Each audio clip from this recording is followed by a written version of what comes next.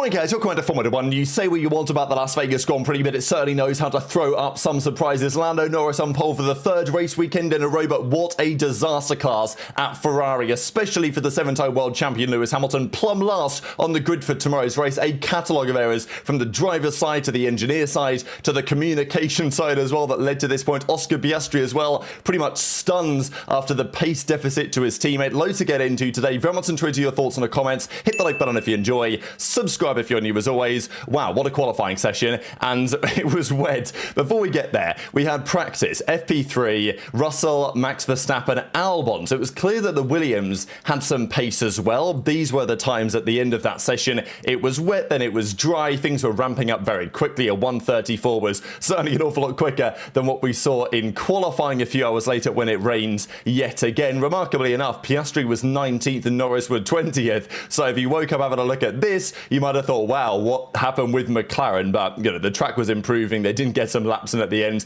so they ended up right at the back of the field. That was not expected to be replicated when things probably came round. But you know, Hamilton didn't get a lap in right at the end. He was feeling pretty confident in the car, and in the dry conditions, that Ferrari and both of their drivers were looking pretty confident and pretty happy and pretty comfortable. That was not the case when the rain started to fall. The other thing just before we get into qualifying was this. We talked about it yesterday that Piastri had reposted this Bernie Ecclestone quote where he said that effectively McLaren would prefer Lando to win the championship. Oscar came out and said, I woke up this morning and I saw it. I accidentally did it, I guess. Obviously not intentional. I didn't know what had happened there. So, yeah, very unfortunate, obviously. And as I say, obviously he didn't do it intentionally, but just the timing of it and the fact that the implications of it on such an important weekend for the championship was probably never going to put Piastri in the best kind of mental state to execute today. And, well, tomorrow we'll see for the race as well. He's not in as good a position as he could be.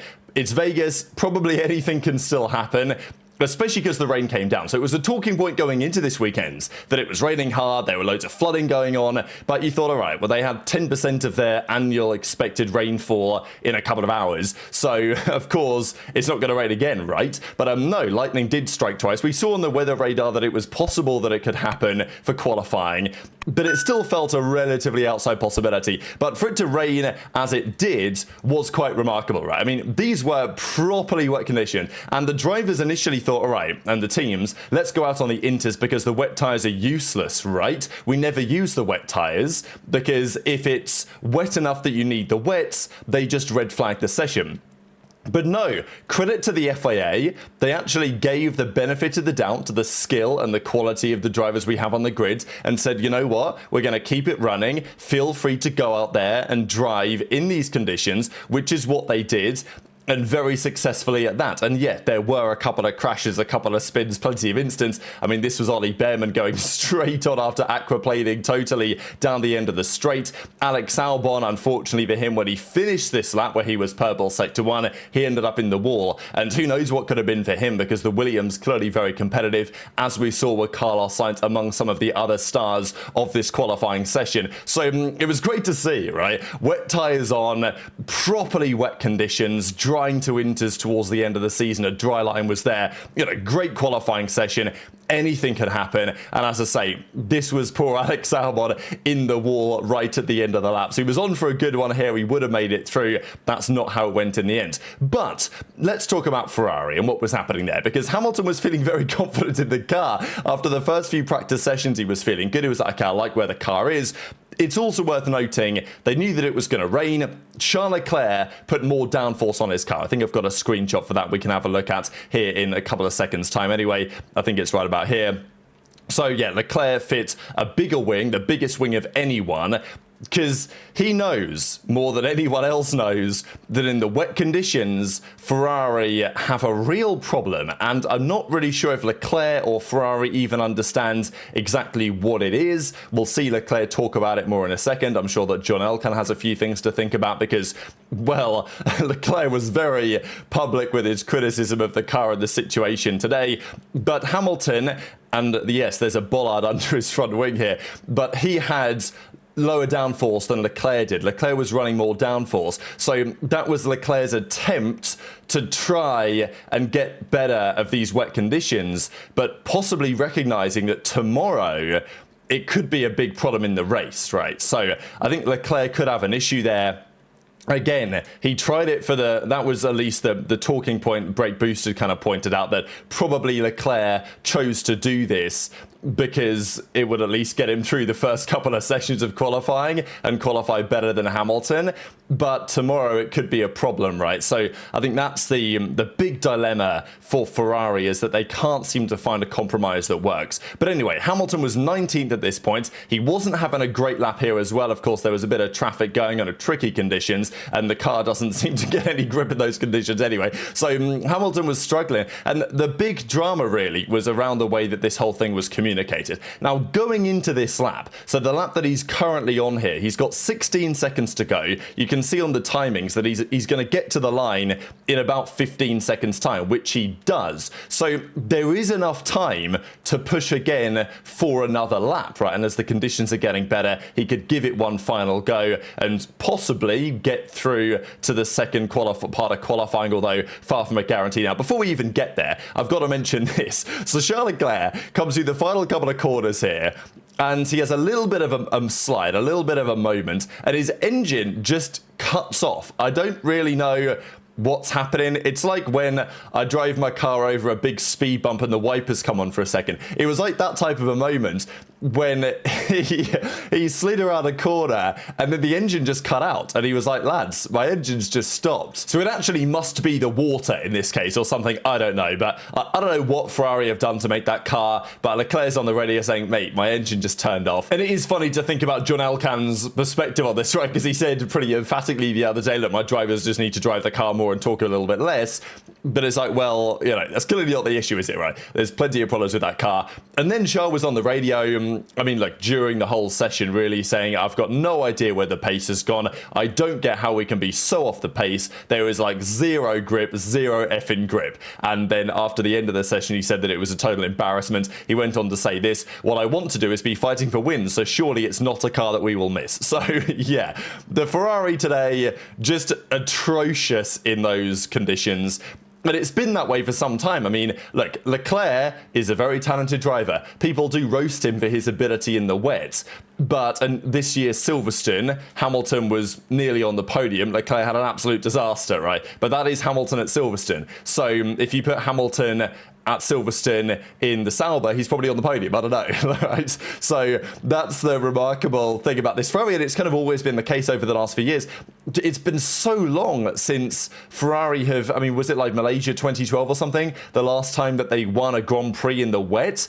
Like, it's, yeah, it's been a disaster. Leclerc went on to say there's something that just doesn't work in the rain. We're trying to find a solution. It's frustrating because it was one of my strengths when I was a kid. I hope that we find something. But, you know, they've been trying to find something for the last decade and they don't seem to have done so yet. Leclerc says that the poor wet weather pace has been like that since I joined. It was totally embarrassing. So, yeah, obviously the car wasn't good. But also, it was a bit of a nightmare in addition on a Hamilton side of things as well. So Hamilton came across the line there, and it was actually this moment right about here where Hamilton comes across the line. You can see that Albon with his broken front suspension is pulling into the pits. This is Hamilton in the foreground. He just crosses the line with 1 second to go, and he moves up to 18th place. So, but he's got enough time to run another lap. And this was the kind of big drama. Now, again, it wasn't all Hamilton's fault. Obviously, the car was at fault as well, and I think the communication was problematic. But also, you got hilarious moments like this. So this was not on what could have been his final lap, but this was before his final eventual lap, when, I don't know if he's like, if he loses concentration slightly, or just in the wet conditions, he's not really looking where he's going or something. But you can see here that he comes over this curb, and he just slams into this bollard.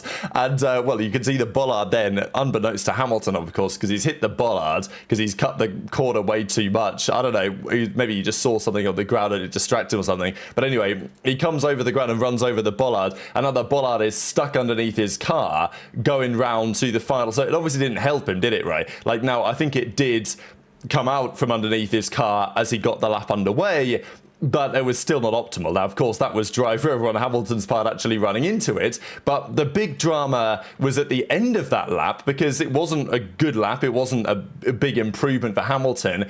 He only put him to 18th place, and approaching turn 17. So this is after the final chicane at the end of the Las Vegas Strip. He goes through that chicane, and as soon as he comes out of the chicane and he's on the power, Adami tells him, okay, keep pushing for an extra lap. Now, of course, he pushes to the line, and then, well, he sees, as he crosses the line, the red flag, like basically the checkered flag to end the session, comes up on his screen. Now, I think Hamilton believes that by the time he crossed the line, the session was over. He didn't get another lap in. But actually, no, he did. He did have enough time to go again. And Adami did tell him to push for the extra lap. But I think the communication here still isn't great, because Hamilton, it doesn't appear that Hamilton really knew where he was in the standings, the fact that he wasn't particularly safe at all. And it doesn't seem like there was much urgency from his engineer's side to say, all right, Lewis, we're towards the end of this lap. It's not looking like it's going to be good enough with the guys behind us. Obviously, you've got to say this more concisely. But the point is that Lewis, push to the line and let's go again, right? Let's make it very clear that we really need this extra lap here. So let's make sure we go for it, because it kind of maybe feels to Hamilton that Adami's telling him, okay, push to the line and we should be able to get an extra lap in, but Hamilton doesn't maybe feel like it's so necessary because he doesn't really know where he is. And maybe he feels like his lap is okay, but it just turns out the car has no grip compared to the rivals. So, and then Adami tells him, like, no push, but obviously by that point it was far too late. So, yeah, just a catalogue of errors, right? I mean, obviously it was Hamilton crashing into the bollard, it was the car really struggling in those conditions, and Hamilton had like no downforce on compared to Leclerc anyway, which is going to make it even more challenging. I think the communication again, look, I don't think Adami was massively at fault. Hamilton should do better, right? Like, he should push through and actually give it a go, obviously. But I still think that Adami, there is some level of criticism to be had for the way that those guys communicate. And yeah, again, it's not like Adami was driving the car, but I think it's definitely a conversation worth having. As Hamilton says, obviously it feels horrible, but I can just let it go by. I'm going to come back tomorrow. Today was amazing in the practice sessions. The car felt really good. I didn't get a lap in at the end of practice. It felt like we were the quickest though. And then you come out of qualifying dead last. So yeah, truly remarkable day. It's obviously frustrating for Hamilton because he actually felt like he was really finding his groove and really felt on top of things, and then everything really conspired to lead to this point. So look, he had a difficult qualifying last year. He came back from 10th to 2nd. This year I think it's going to be far more of a challenge than that. So that's the Ferrari stuff, but let's continue with the qualifying session, because there were plenty more developments still underway. They started to move towards the intermediate compound at this point, but even still on the wets, I mean, Colapinto had an incredible moment here. Like, this was a full lock situation to save the car. Wasn't good enough for Colapinto in the end to get through into the final part of qualifying.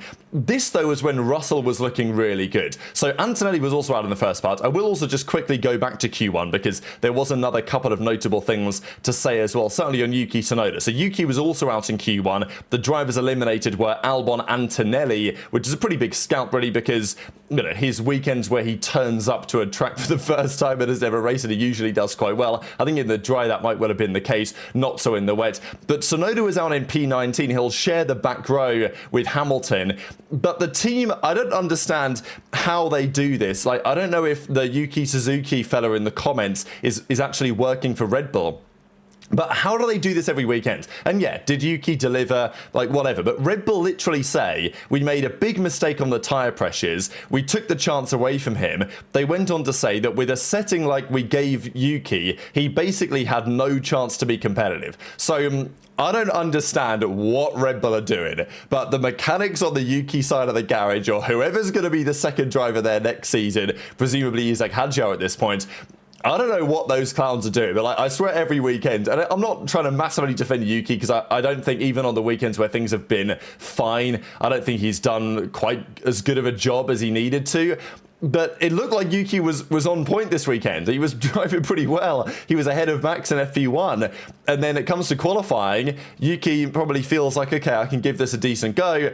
And they give him tyre pressures that clearly Max didn't get, and clearly made him like unbelievably uncompetitive. Maybe Yuki wouldn't have made it through anyway, but yeah, just another point to say that it wasn't just Ferrari making another catalogue of errors.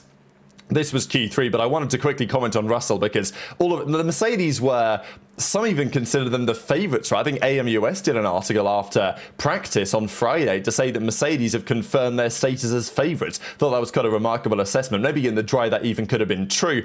But Russell in the wet was also very strong on the wet tyres. But when they went to the inters, they just couldn't get them fired up as well. Now, the notable thing in Q2 here really was Piastri, right? Because Piastri was absolutely on the border. Okay, of course, he made it by a number of tenths.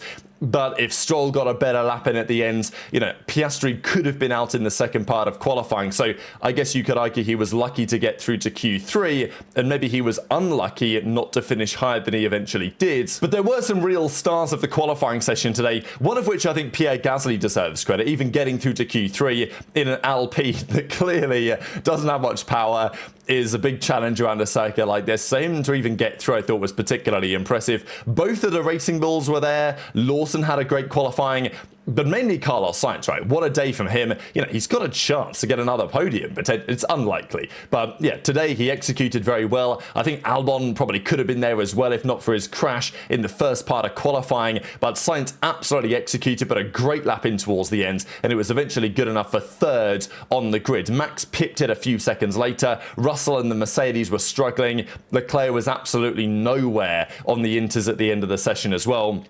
But then we got to talk about Lando Norris, because I discussed his mentality a little bit yesterday, the fact that things have changed to some degree. There has been a bit of talk that, Sebastian Vettel is doing a bit of coaching on Lando. You guys remember when it was Nico Rosberg said that he'd spoken with Lando and tried to get him to listen to him when it comes to driver coaching and all this, but Lando's clearly found something from a mental perspective.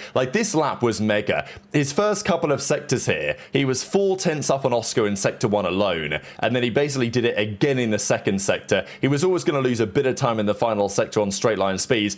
He ended up losing a lot of time because he had an absolutely massive slide, and we'll have a look at that in a second. But I mean, to be a second up on Max through the first 2 sectors, go purple, and then have make a major mistake at the final chicane and still get pole by 4 tenths. This was a surprise. Now, we know that the McLaren's very good in the wet, sure, but for Lando to stick it on pole by the margin that he did, given the circumstances around the championship, is just very, very impressive. Yeah, maybe Max still win tomorrow, who knows? I think whoever's leading at the end of the first lap tomorrow has a great chance. We know that's been the case for some time, but if there's ever an overtaking possibility of a track, Vegas is most certainly one of them. So I wouldn't say the race is over, but in terms of the championship, Lando's put himself in prime position again. George didn't really understand why his car wasn't working. He felt like he'd broken something on the car. He didn't think he touched the wall or anything. So, he was obviously frustrated about that. Maybe it wasn't the inters. Maybe there was something else going on. This was Charles Leclerc on his final attempt, running off just before the strip here, going into the runoff area. He has to spin the car around, and that compromises Oscar Piastri's lap as well. Leclerc says, oh my god, embarrassing, effing embarrassing. This was Lando then with that massive moment. I mean, the final few corners were honestly like driving on ice. This was Lando's lap. So he comes down to the end of the straight here. He gets through the chicane. He loses it a bit here, has a big correction, then kind of gobbles it up a little bit. Then he gets on the power a little bit too aggressively, has a major slide. I mean, he nearly crashed in the same way that Albon did, right? Near enough, losing the rear, then slamming it into the wall. But he gets away with it by a couple of feet, and then he gets it over the line and sticks it on pole by about 4 tenths of a second. But you can see 3-4 tenths. The yellow flag further back was because of Leclerc. And even though Leclerc was now underway again, that then meant that behind there were problems. So Piastri was on a better lap, and it was better probably. It might have been good enough for fourth, maybe. It probably wouldn't have been good enough for better than that. Maybe he could have got somewhere in the mix of Verstappen and of course Sainz as well, but he was about 4 tenths down on Lando during just the first sector alone. Anyway, he then comes into this corner, the yellow flags are being shown, and Hadjar comes in very quick, and you can see he has a lock-up here, trying to get the car slowed down, because Piastri's basically just totally backed off at this point. He realises he's seen the yellow, he knows his lap's done, so he's backed off, whereas Hadjar is like, okay, there's a yellow, but I'm going to keep giving it a go anyway. So he comes barreling into the corner, and both of them end up having a big moment. Piastri slides off the track. Hadjar was not at all happy about this, felt like he was impeded, but there was no further action, I believe, to that one. So Piastri ends up a second down on Norris in 5th. There was also some talk, could he get to 4th because of Sainz's incoming penalty? But that never arrived. There was an incident with Sainz and Stroll in the first part of qualifying. It looked like Sainz had maybe rejoined unsafely, but they decided it wasn't unsafe. There was no further action. These were your final qualifying standings then, and yeah, it was a kind of remarkable radio for Lando because he was like, oh my god, I messed up. He probably thought that he was 5th or something like that, but they were like, no, you're on pole. Like, your first 2 sectors were just that good. And as Zach Brown says, I know that there was going to be, I've not looked at the replies to this, but I'm sure that there's going to be some comments about the whole Lando Oscar favoritism, whatever. But Zach says, awesome pole for Lando in challenging conditions. Oscar was unlucky with the yellow flag. P5 puts him in a strong position to fight back. We go again tomorrow. There was some talk about Mercedes. They had to like submit the setup sheets, but apparently like the email server wasn't working, so that was okay. Sainz got away with it as well. This was just Oscar, like, you know, it didn't, you know, you can tell by his body language here. He came after qualifying and was like, yeah, that was just tough, pretty underwhelming. We know that Andrea Stella said during Mexico, Austin, for example, that Lando is certainly better in these lower grip conditions. So I think it was always expected that Lando would probably do a better job today, but for Oscar to be where he was, especially in the circumstances that Lando now takes pole position for 3 consecutive races, there's only 2 other drivers who have done that in this whole ground effect era. Max has done it twice, and Leclerc's done it as well. Now Lando takes 3 consecutive poles, and I don't think many were expecting it this weekend. This is your grid to line up tomorrow or tonight, depending on what time zone you're listening to this from. Loads of storylines. Very much interested to your thoughts in the comments. Hit the like button if you enjoyed. Subscribe if you're new. Take care. And I'll see you next time.